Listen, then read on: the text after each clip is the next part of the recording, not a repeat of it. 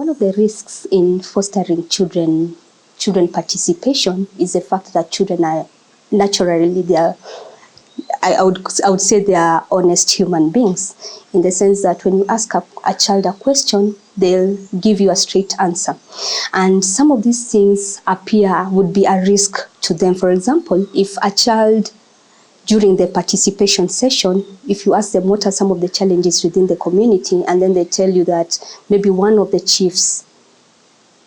is alleged, or in fact they won't even say is alleged, but they'll tell you they know a certain teacher who has been abusing girls within the school. And this child, and this, and we are conducting this session within the school, then the fact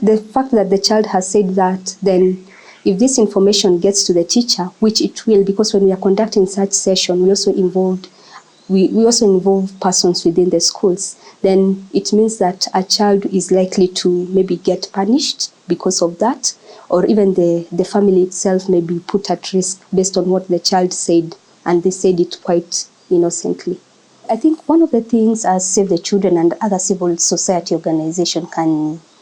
do to mitigate the risks to children, there's something that we call a risk assessment matrix. And it's a tool that we develop for every session that we want to conduct in every particular context. Just looking at what is a topical issue that we want to involve the children, and then bring all stakeholders around a table, and now be able to identify what are some of the risks to children that would arise as a result of that kind of discussions. And this will be a very engaging session where, for example, if we are conducting the children's session within a school, we'll get in the school administration, we'll get in the board members, we'll get the children themselves, and we'll also get the teachers to be part of contributors to the risk assessment, so that everyone knows what are the chances, that what are the issues that will come out of these discussions, and what would be the impact, or what would it mean to each and everyone. So once we do that, we come up with mitigation, what we call mitigation measures, and which are also conducted in the presence of all these other actors. So it's very clear that even as we are holding these discussions, it's not just, they already know what are some of the risks that would arise and what are the measures that we put in place, and also understanding the children's perspectives would be quite different from what